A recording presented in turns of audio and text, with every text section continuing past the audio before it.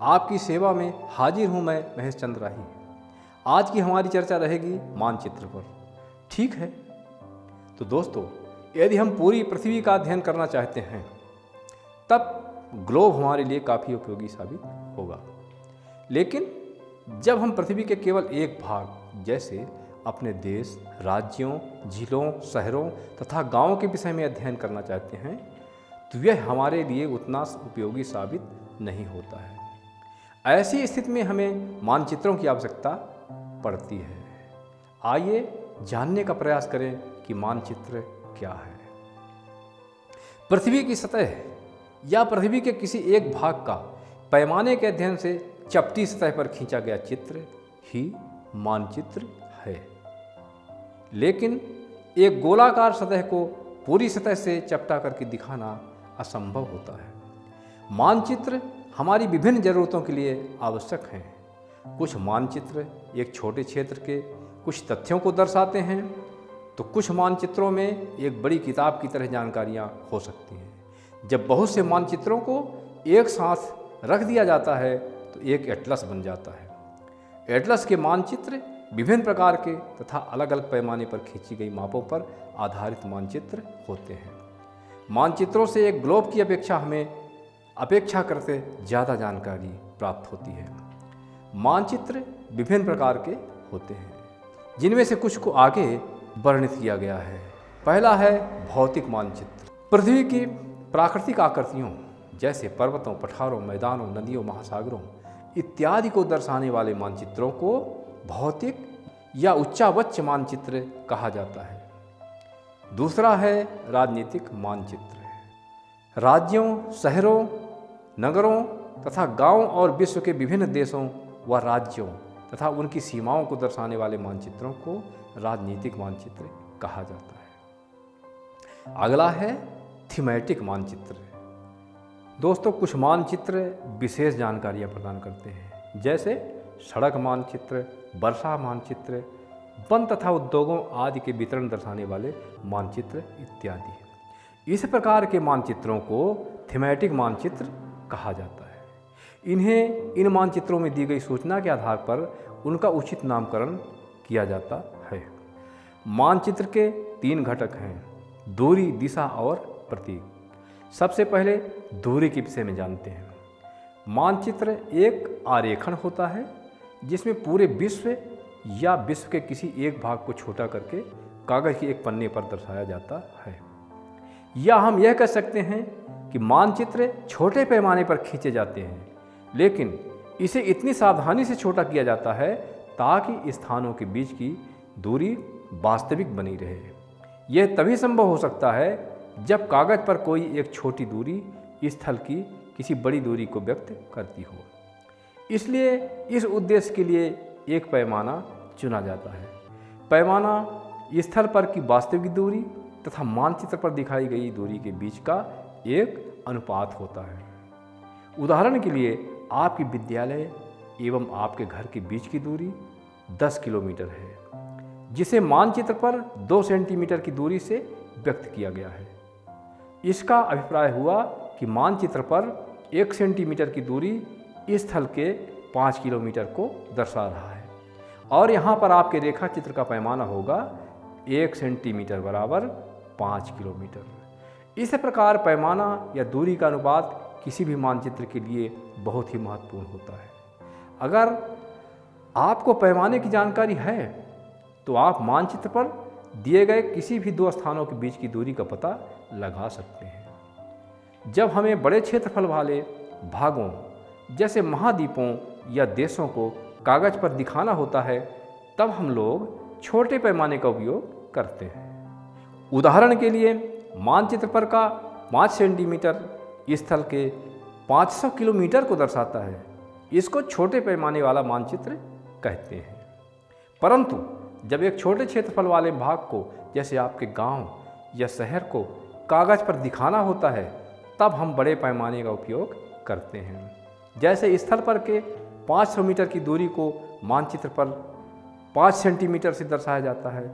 इस प्रकार के मानचित्र को बड़े पैमाने वाला मानचित्र कहते हैं। बड़े पैमाने वाले मानचित्र छोटे पैमाने वाले मानचित्र की अपेक्षा अधिक जानकारी प्रदान करते हैं। अब मानचित्र का अगला प्रमुख तत्व है दिशा। अधिकतर मानचित्रों में ऊपर दाहिनी तरफ तीर का निशान बना हुआ होता है, जिसके ऊपर अक्षर उ लिखा हुआ होता है। यह तीर का निशान उत्तर दिशा को दर्शाता है। इसे उत्तर रेखा भी कहा जाता है। जब आप उत्तर के बारे में जानते हैं तब आप दूसरी दिशाओं जैसे पूर्व, पश्चिम तथा दक्षिण के बारे में पता लगा सकते हैं। चित्र में 4 मुख्य दिशाओं उत्तर, दक्षिण, पूर्व एवं पश्चिम को दिखाया गया है। ये प्रधान दिग्बिंदु कहे जाते हैं। इनके बीच की 4 दिशाएं हैं उत्तर पूर्व, दक्षिण पूर्व, दक्षिण पश्चिम तथा उत्तर पश्चिम। इन बीच वाली दिशाओं की मदद से किसी भी स्थान की सही स्थिति का पता लगाया जा सकता है। हम दिक्सूचक की सहायता से किसी स्थान की दिशा का पता लगा सकते हैं। यह एक ऐसा यंत्र है जिसकी सहायता से मुख्य दिशाओं का पता लगाया जाता है। इसमें लगी चुंबकीय सुई हमेशा उत्तर दक्षिण दिशा में ठहरती है, जिससे हमें उत्तर तथा दक्षिण दिशाओं का ज्ञान हो जाता है। फिर उत्तर तथा दक्षिण दिशा जानने के बाद हमें पूर्व पश्चिम दिशाओं का ज्ञान भी हो जाता है। अब मानचित्र का अगला प्रमुख तत्व है प्रतीक, यानी प्रतीक चिन्ह। किसी भी मानचित्र का तीसरा प्रमुख घटक प्रतीक चिन्ह होता है। किसी भी मानचित्र पर वास्तविक आकार एवं प्रकार में विभिन्न आकृतियों जैसे भवनों, सड़कों, पुलों, वृक्षों, रेल की पटरियों या कुएं को दिखाना संभव नहीं हो पाता है। इसलिए उन्हें निश्चित अक्षरों, छायाओं, रंगों, चित्रों तथा रेखाओं के माध्यम से दर्शाया जाता है। ये प्रतीक कम स्थान घेरते हैं और अधिक जानकारी प्रदान करते हैं। इन प्रतीकों के इस्तेमाल के द्वारा मानचित्र को आसानी से खींचा जा सकता है तथा इनका अध्ययन करना आसान हो जाता है। अगर आप किसी एक क्षेत्र की भाषा को नहीं जानते हैं तथा आप किसी से दिशाओं के बारे में नहीं पूछ पा रहे हैं, तब आप मानचित्र में बने इन चित्रों की सहायता से दिशाओं की जानकारी प्राप्त कर सकते हैं। मानचित्रों की एक विश्वव्यापी भाषा होती है जिसे सभी आसानी से समझ सकते हैं। इन प्रतीकों के उपयोग के संबंध में एक अंतर्राष्ट्रीय सहमति है। ये रूढ़ प्रतीक कहे जाते हैं। मानचित्र में विभिन्न रंगों का उपयोग भी इसी उद्देश्य से किया जाता है। उदाहरण के लिए सामान्यतः नीले रंग का इस्तेमाल जलाशयों, भूरा रंग पर्वतों, पीला रंग पठारों और हरा रंग मैदानों को दर्शाने के लिए किया जाता है। अब आगे चर्चा करते हैं रेखा चित्र पर। रेखा चित्र एक आरेखण है जो पैमाने पर आधारित न होकर याददाश्त और स्थानीय प्रेक्षण पर आधारित होता है। कभी कभी किसी क्षेत्र के कच्चे आरेखण की आवश्यकता वहाँ के एक स्थान को दूसरे स्थान के सापेक्ष दिखाने के लिए होती है। कच्चे आरेख को बिना पैमाने की सहायता से खींचा जाता है तथा इसे ही रेखा चित्र मानचित्र कहते हैं। अब चर्चा आती है खाका की। एक छोटे क्षेत्र का बड़े पैमाने पर खींचा गया रेखा चित्र खाका कहा जाता है। इस बड़े पैमाने वाले मानचित्र से हमें बहुत सी जानकारियाँ प्राप्त होती हैं, लेकिन कुछ ऐसी छोटी छोटी चीज़ें भी होती हैं जिन्हें हम कभी कभी जानना चाहते हैं, जैसे किसी कमरे की लंबाई एवं चौड़ाई, जिसे मानचित्र में नहीं दिखाया जा सकता है। उस समय हम बड़े पैमाने वाला एक रेखा चित्र खींच सकते हैं जिसे खाका कहा जाता है। इस तरह से मानचित्रों का अध्ययन नामक NCERT का यह अध्याय समाप्त होता है। अब चलते हैं इस पाठ में पढ़े गए तथ्यों के अभ्यास प्रश्नोत्तरी की ओर। मैं प्रश्न करूंगा, आप अपने मन में उत्तर जानने का प्रयास करेंगे और मेरे बताए गए उत्तरों से मेल करेंगे। तो पहला प्रश्न है, मानचित्र क्या है? उत्तर होगा, पृथ्वी की सतह या इसके किसी एक भाग का पैमाने के साथ सपाट सतह पर खींचा गया चित्र ही मानचित्र है। दूसरा, संपूर्ण पृथ्वी का अध्ययन करने के लिए ग्लोब या मानचित्र में से कौन सा अधिक उपयुक्त होता है? उत्तर, ग्लोब।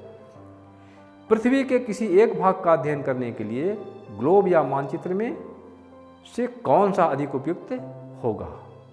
उत्तर होगा मानचित्र। एटलस क्या है? उत्तर है जब बहुत से मानचित्रों को एक साथ रख दिया जाता है, संजो दिया जाता है, तब उससे एटलस बन जाता है। भौतिक मानचित्र कैसे होते हैं? पृथ्वी की प्राकृतिक आकृतियों को दर्शाने वाले मानचित्र जैसे पर्वतों, पठारों, मैदानों, नदियों, महासागरों इत्यादि को दर्शाने वाले मानचित्र होते हैं। ऐसे मानचित्रों को भौतिक या उच्चावच मानचित्र भी कहा जाता है।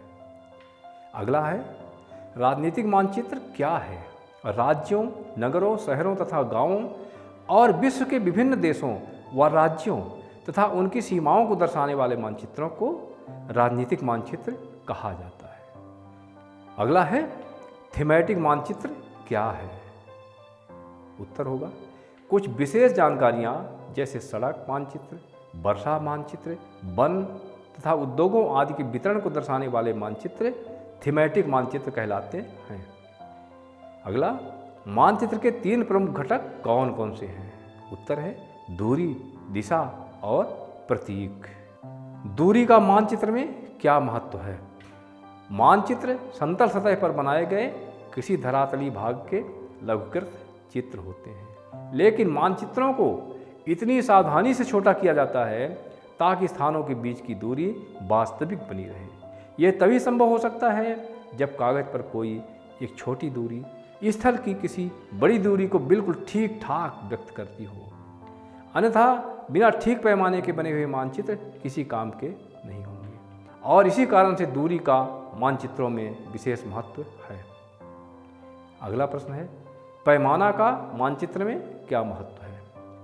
उत्तर है पैमाने के अनुसार धरातल की किसी बड़ी दूरी को किसी छोटे सतह पर या कागज पर दिखाना संभव हो पाता है, इसलिए पैमाने का मानचित्र में बहुत बड़ा महत्व है। अगला छोटे या बड़े पैमाने वाले मानचित्रों में से कौन अधिक जानकारी प्रदान करते हैं? उत्तर है बड़े पैमाने वाले मानचित्र। अगला प्रश्न है मानचित्र में छोटे पैमाने का उपयोग कब किया जाता है?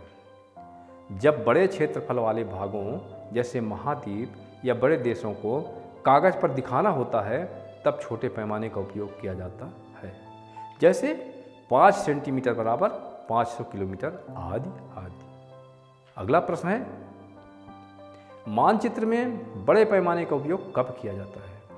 उत्तर है जब मानचित्र पर किसी छोटे भाग को दिखाने के लिए उसे बनाया जाता है तब बड़े पैमाने का उपयोग किया जाता है, जैसे गांव, किसी शहर या किसी खेत आदि का मानचित्र, जैसे 5 सेंटीमीटर बराबर 500 मीटर। अगला प्रश्न है मानचित्र में दिशा का ज्ञान कैसे किया जाता है? उत्तर है अधिकतर मानचित्रों में ऊपर दाहिनी तरफ तीर का निशान बना हुआ होता है, जिसके ऊपर अक्षर उ लिखा हुआ होता है। यह तीर का निशान उत्तर दिशा को दर्शाता है।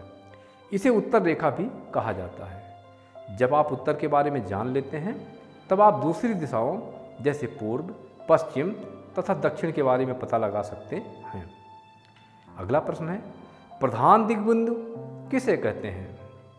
उत्तर है जब चित्र में 4 मुख्य दिशाएं उत्तर, दक्षिण, पूर्व एवं पश्चिम को दिखाया गया हो तो ये दिशाएं प्रधान दिग्बिंदु कहे जाते हैं। अगला प्रश्न है दिक् सूचक यंत्र क्या है? उत्तर है दिक् सूचक यंत्र एक ऐसा यंत्र है जिसकी सहायता से मुख्य दिशाओं का पता लगाया जाता है। इसकी चुंबकीय सुई हमेशा उत्तर दक्षिण दिशा में ठहरती है। अगला प्रश्न है प्रतीक चिन्ह क्या है? उत्तर है किसी भी मानचित्र में पृथ्वी पर निर्मित कुछ आकृतियों जैसे भवनों, सड़कों, पुलों, वृक्षों, रेल की पटरियों या कुएं आदि को कुछ चिन्हों के माध्यम से दिखाया जाता है। इन चिन्हों को ही प्रतीक चिन्ह या रूढ़ चिन्ह कहते हैं। इन प्रतीकों के उपयोग के संबंध में एक अंतर्राष्ट्रीय सहमति है।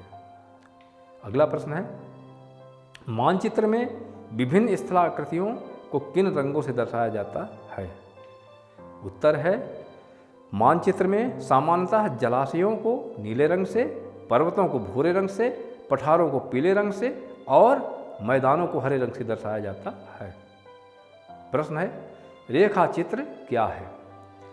उत्तर है रेखा चित्र एक आरेखन है जो पैमाने पर आधारित न होकर याददाश्त और स्थानीय प्रेक्षण पर आधारित होता है। जब कच्चे आरेख को बिना पैमाने की सहायता से खींचा जाता है तो इसे रेखा चित्र कहते हैं। अगला प्रश्न है, खाका क्या है?